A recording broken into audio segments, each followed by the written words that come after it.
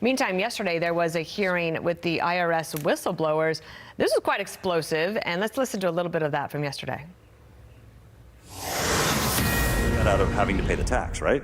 That's correct. The civil and criminal statute of limitations have expired for that tax year. He could pay that today, right? Voluntarily. Yeah. Oh. Yeah, yes. If he chose to voluntarily, yes, he could. And perhaps Mr. President might want to wander down the hall at the White House and turn to his son and say, Hunter Biden, why don't you pay your taxes for 2014? Because I got two men who just testified there's a $125,000 owed and he ought to cut the check.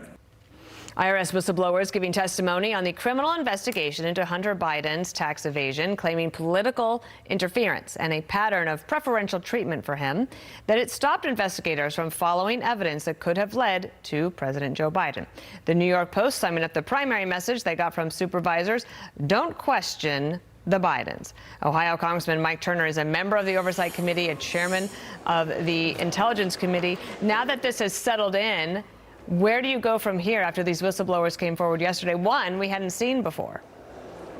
Right. Well, these whistleblowers, Mr. Shapley and Mr. Ziegler, did an incredible job yesterday. Their credibility was extraordinary. Also, you could definitely see that they had taken the step to do what they believed was right, to tell the story about how their investigation had been thwarted and how the Department of Justice had allowed the statute of limitations for very serious criminal acts by Hunter Biden expire so he could not be pursued. But what they also said, which was very interesting, is that there are taxes owed that Hunter Biden did not pay, and because that statute of limitation was allowed to expire, they're still out there. He could still pay those taxes today. So that's what we were dealing with yesterday is you know, Hunter Biden has money in his pocket. The Biden family has money in their pockets from Hunter not having paid his taxes. He should pay his taxes. Well, Joseph Ziegler was the surprise witness.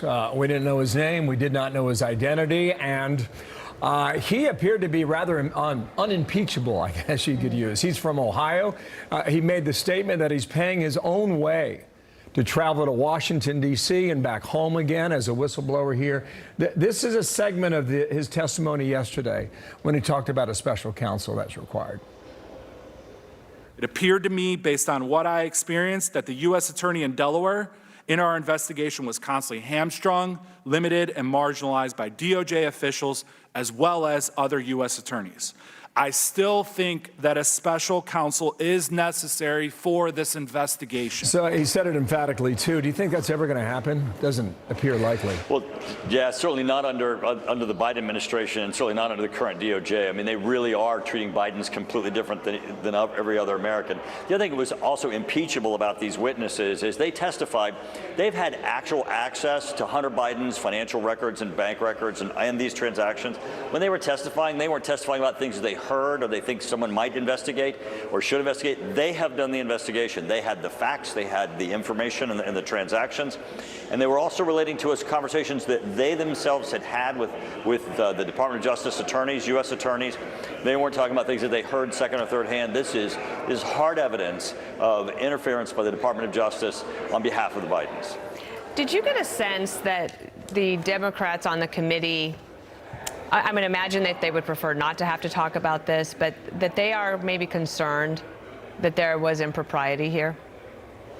I think the evidence is so clear that there are actual significant crimes and taxes that aren't paid that not one Democrat was willing to even engage these whistleblowers on the substance that they were there to testify. Most of the people on the other side, the Democrats in the committee, spent their time talking about Donald Trump, which this has nothing to do with Donald Trump. This is totally Hunter Biden, his financial transactions, crimes, fraud, and taxes that should be being paid.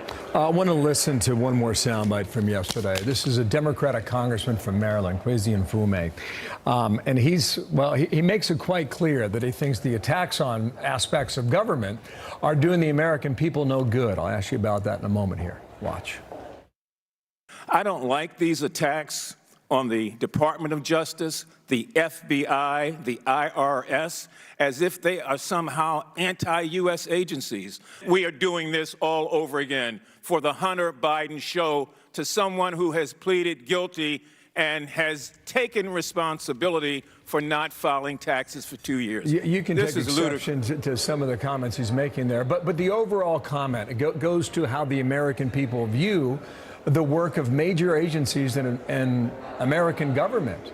And Robert Kennedy's making that same point as we speak. Is that being heard in Washington, D.C. among your colleagues?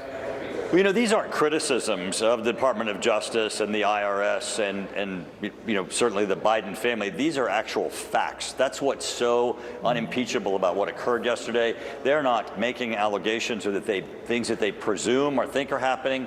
They actually told what is happening, that there were real evidence of crimes for 2014 and 2015, that the Department of Justice allowed the statute of limitations to expire so there would not be criminal prosecution on those, and at the same time, the tax liabilities then were never satisfied and never paid, again, statute of limitations having passed.